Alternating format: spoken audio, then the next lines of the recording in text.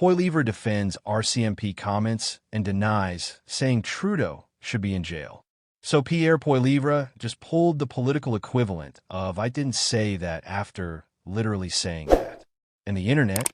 Oh, the internet has receipts. Buckle up, Canada. This one's spicy, it's messy, and it involves accusations, investigations, and more backpedaling than a unicyclist in a hurricane. Welcome back to Canada Bulletin, where we break down the chaos so you don't have to. All right, let's set the scene. Conservative leader Pierre Poilievre is currently doing damage control faster than a teenager deleting their browser history. On Wednesday, he defended some pretty fiery comments he made about the RCMP, and more importantly, denied saying that former Prime Minister Justin Trudeau should be in jail. But here's the thing. When someone says "that's not what I said," it usually means they said exactly that, just with extra steps. So what actually went down? Let's rewind the tape. Last week, Poilievre sat down for an interview on the Northern Perspective YouTube channel, because apparently that's where political grenades get dropped now. During this chat, he didn't just criticize the RCMP. He went full scorched earth mode. He called the RCMP's leadership despicable. Yes, despicable.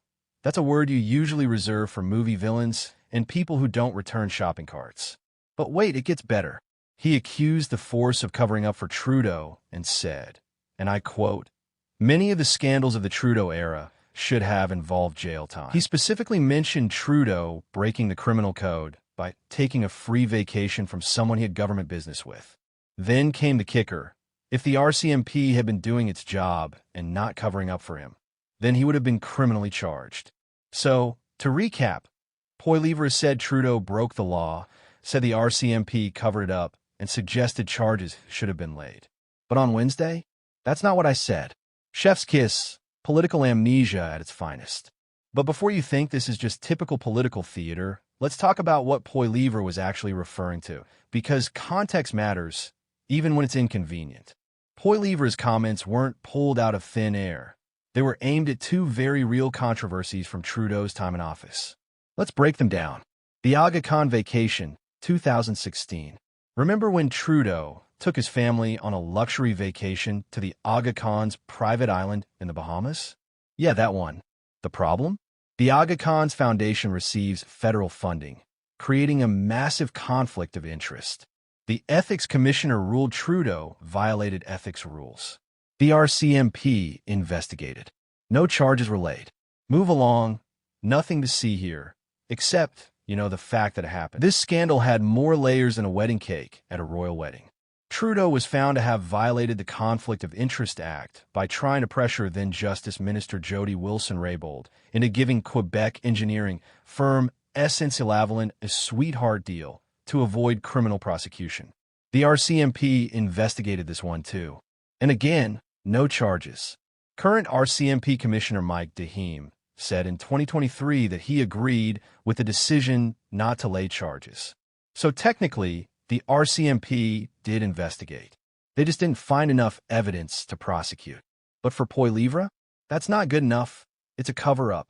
Now, here's where things get interesting, because on Wednesday, Poilievre tried to walk this back like a cat that just knocked over a vase. When reporters confronted Poilievre on Parliament Hill Wednesday, he went into full clarification mode. He insisted that yes, he thinks some Trudeau-era scandals should have resulted in criminal charges, but then pivoted to talking about allegations of corruption at a government-funded technology fund.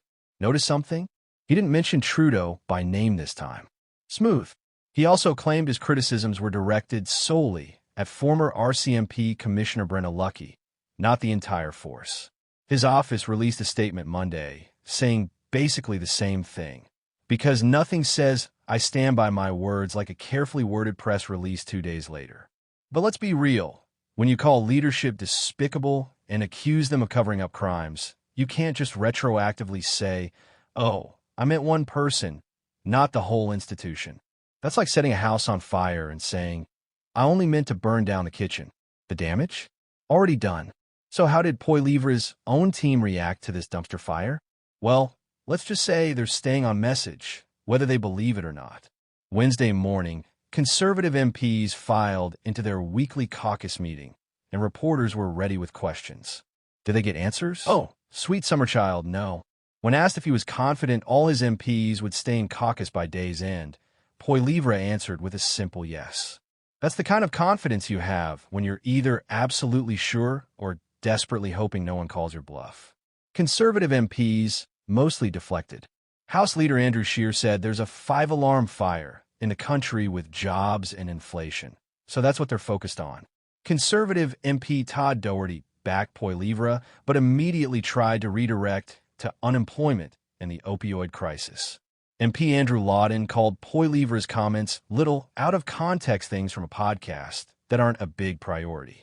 Out of context? My guy, the context is right there on video.